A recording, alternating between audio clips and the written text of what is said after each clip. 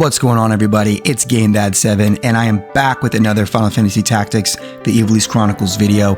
We are inching day by day closer and closer to the release date. I am so excited. We've got a lot of great new information to go over here, some new screens and some new videos to break down, some features that weren't confirmed before that have been announced, as well as some pre-order information and an art book. Also, some never before seen concept art. So lots of exciting stuff to go over. Let's go ahead and jump right into it. As I mentioned, the game is now available for pre-order, and I'll break down the way that works. So if you just pre-order the game in general, you get a pre-order bonus. You get 10 high potions and 10 ethers. You get spiked boots and mithril knife, and you also get the white equipment set for Ramza. That's just if you pre-order wherever, physical, digital, that's your pre-order bonus. I also did want to mention that Amazon has a specific pre-order bonus that you get a double-sided poster.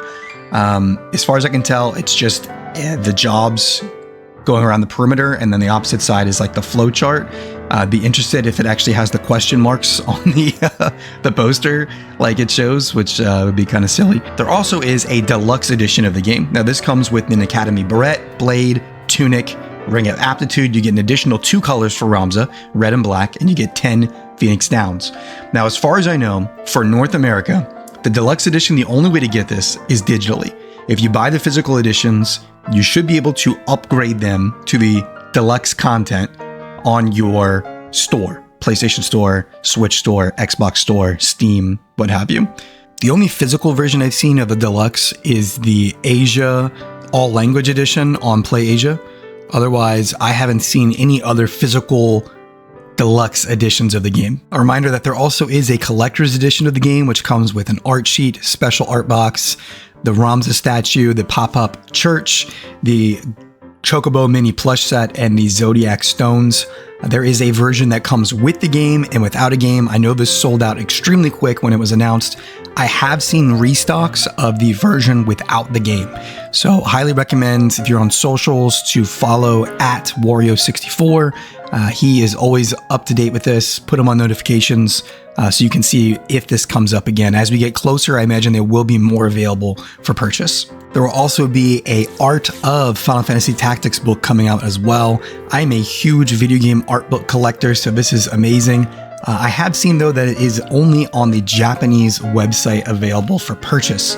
I do hope we get a either translated version or we can buy the Japanese version. The official description of it is that it includes illustrations from Final Fantasy Tactics, as well as image illustrations from the War of the Lions and the Ivalice Chronicles.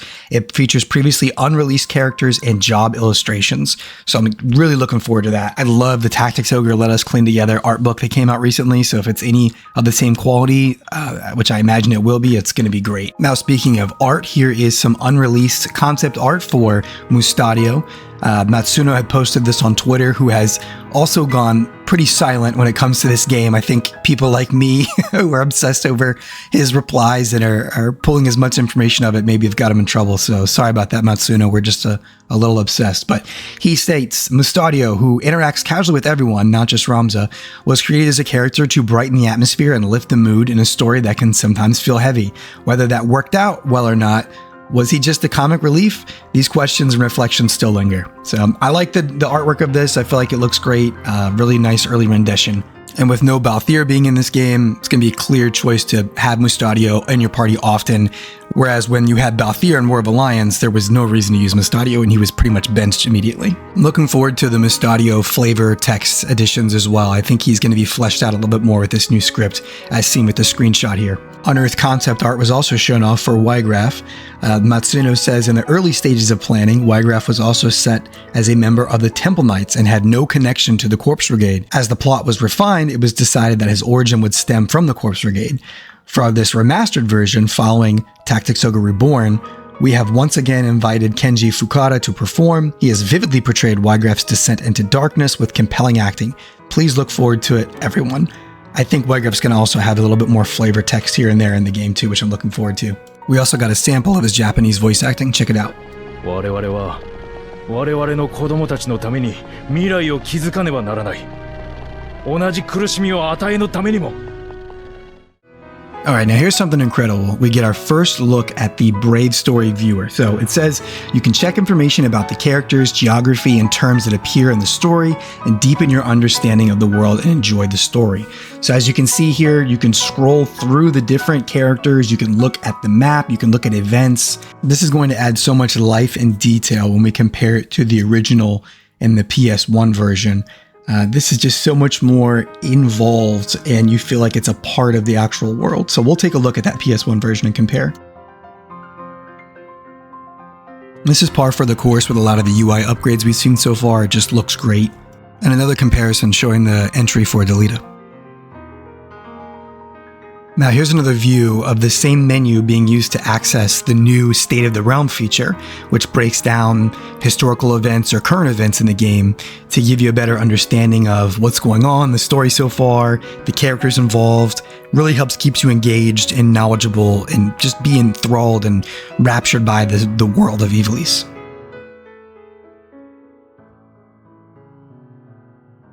Now that's not the only new menu they showed off. They actually updated the Japanese website of the game to show off some more enhanced features, and there's actually a few things we can learn from this. So we're just going to go through it. I've actually screen recorded the website to make it easier, and we'll scroll through it together. So first it covers that the game is voice acted. We all knew that. Next it goes over the UI renewal and improved usability. Obviously the UI is apparent. I've been going over in a lot of my videos the differences. It also talks about the undo function now, where if you move a unit and want to go back, you can do that. And the damage prediction information is now clearly displayed before an ability is executed. Next it goes over the high resolution updates, that the game has been redesigned for widescreen televisions, and also the resolution has been increased, and it's a little bit more vivid. And we can see here, let's compare this screen from the Ivalice Chronicles to the original so we can really get an idea of the difference and take especially a look at the lighting. Next, it refers to the extensive rewriting and additions, and it takes advantage of the fully voiced over script. It's been rewritten, some parts have been added, and here we can see the little added part with Mustadi I referenced earlier. Various balance adjustments in the enhanced edition, adding difficulty selection, as well as the usage of some abilities, the charge time, summon magic, mantra, hard sword, and the amount of JP points needed had been adjusted. We saw this earlier where Meteor from the Time Mage didn't cost 1,500 JP, it only cost 900 JP, so things like that. Refined visuals, this refers to the newly crafted intro as well as the idle job animation video that plays in the title screen. Now this is something that was originally cut in the English version of the game. So none of the versions of Final Fantasy Tactics I've ever played have had this, but they reintroduced the novels. When you acquire books through the errands that you send the units out on, you can get novels that'll be added to your Brave Story collection. And then in here, as you can see, it's like a choose your own adventure type novel situation. This is really cool. It was only in the Japanese version of the game, so this will be brand new content for, I would assume, a lot of us. So awesome that they took the time and energy and effort to put this in there. Battle chants are back. They'll be displayed with a certain probability, and they're fully voice acted, and of course you can skip them as well. So this is something really new. You can see a location list of all the castles and towns and areas that you can go to that will actually show you, before you go into it, the list of type of weapons that they sell. So let's look at this image a little bit closer. So you can see here we've got icons for the weaponry, the armory, the accessories, and the items. I mean, how cool is this? This is just really neat accessibility function. Before you used to have to go into each town, pull up the shop, see what they offered. Now from a glance, you can see, is this even the type of place that you want to go into? Are you specifically looking to upgrade the Dragoon you just made? Well, you know right away that you can go into this one as they sell lances. Next, we have the fight or flee mechanic here, where you can also trigger battles at your own will. Another big improvement, a complaint from the first game and the PSP version, was the continuous battles. So once you enter certain areas, you have to fight consecutive battles and you can't leave. Well, now in the enhanced version, when these consecutive battles occur, you can organize your team, save, and choose whether to proceed or to turn back and leave the continuous battles. If you do leave, you'll lose all the items and XP you have acquired in those battles, but you're free to go grind and do whatever you need to do, buy items, new gear, and then come back and try it again. So no more locking yourself out of your saves at certain spots in the game. If you know, you know. In the Enhanced Edition, you can have up to 50 units. This allows you to get a wide variety of characters and monsters.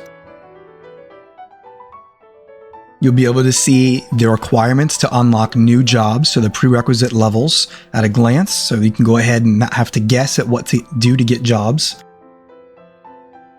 Something completely new in the Enhanced Edition is being able to have 3 different sets of job, ability, and equipment combinations for each character. So let's say you want to be a black mage for one set, you also want to be a summoner for another, but let's say you have a grinding JP set where you know, okay, I'm doing JP missions right now just to grind my levels up. Let me go ahead and pop my character sets. Don't have to go in and change equipment and jobs for every single character. I mean, that's just amazing. You can now add favorites to distinguish your favorite units at a glance. Something also completely new to the Enhanced Edition is being able to change the color of Ramza's equipment, and here's how you do it within the menu.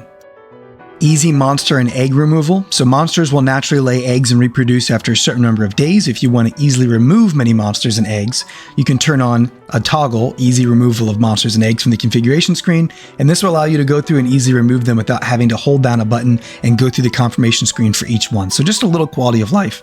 I am laughing though with those little toggles. They do remind me of like what you would see like in a cell phone screen menu, which is very much on par with a modern UI, right? Next, you have your difficulty modes. You can adjust these even after starting the game. And again, a quick breakdown: casual, you think tactical JRPGs are a little too difficult. This style will help you with more gentle battle difficulty. Standard, it's a more balanced difficulty that allows you to avoid a moderate sensation of tension. And tactical, a style with battle difficulties for advanced players that allow you to enjoy challenging battles. They want to reiterate there's no change in the story regardless of what you choose. I am 100% playing on tactical. How about you? And speaking of you, the person watching this, you've got a job, a class that I need you to change into. You've unlocked the job subscriber. For watching this video up to this point, you can now subscribe to me. So make sure you go into the video, click the subscribe button. If you've had a good time watching this, check out the channel, watch some other videos, see what you like, give this video a thumbs up too, comment and reply what kind of battle mode you're going to be playing on, whether it's going to be casual, standard, or tactical. And again, I'm going to apologize for that. Was pretty lame about the subscribe thing, but please, if you're having a good time, drop me a subscription. A large majority of my viewers are not subscribed to my video, and I'd love to change that and earn your subscription here today. Now, back to the breakdown. Next, we have the updated formation screen. Now, this is huge. I've mentioned this in the videos before, but previously in Final Fantasy Tactics, you could not see the battlefield before deploying, so you kind of had to guess who and what to bring. Now you know, okay, I'll bring these units because I'm fighting these units. I'll bring a thief because I know I want to steal this item. I'll bring a dragoon that has a high jump and vault distance because I'm going to be playing on a very vertically challenged map. Walk on water because there's going to be rivers and lakes in this map, just different things like that. This is so helpful. Next is the active view of the combat timeline, so you can see who goes in what order, when certain charge abilities are going to be activated, all sorts of things like that. Again, this is just another huge quality of life that for people playing this for the first time, I want you to think about while you're playing it. What if you didn't see this and you didn't know this information and you had to go into a secondary menu every time? Tactical view is going to be important for you to see little details in the map and know specifically where the units are. This next bit is huge. I haven't seen this confirmed anywhere, but you can set markers on units. You can place up to 10 on any panel of the stage by marking the movement range of enemies or their attack magic range in the combat timeline. Just think of like Fire Emblem. I think they were one of the first to really start doing this that I can remember. It's kind of a no-brainer in tactical games these days, but this is something that wasn't in the game before, so really glad to see this addition. So now we can hold a button to fast forward combat. So this is really nice while you're waiting for the enemy to do attack. Let's take a look at it in motion here.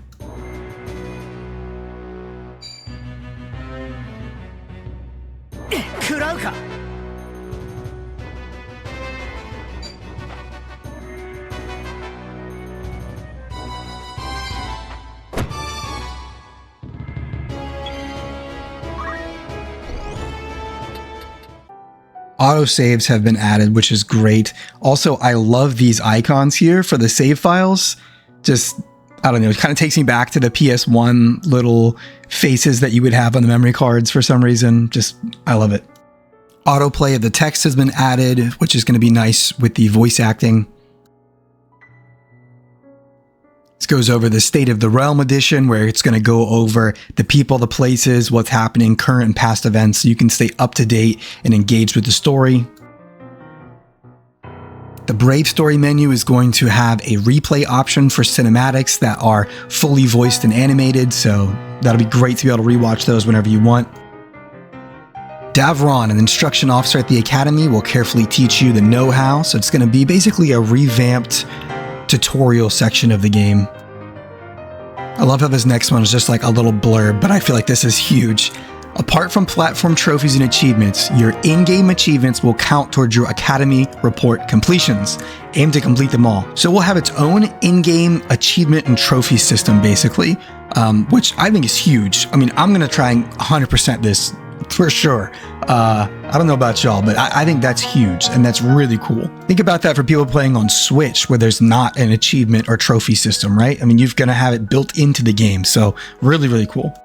And then lastly, but not least, the game will include two versions, the Enhanced and the Classic. The Classic is the version that is a faithful reproduction of the original Final Fantasy Tactics. Remember, they lost the source code and had to rebuild the original from the ground up. So that is what that is. It does use the War of the Lion script, but otherwise it is a faithful reimagining to the classic 1997 version as much as possible.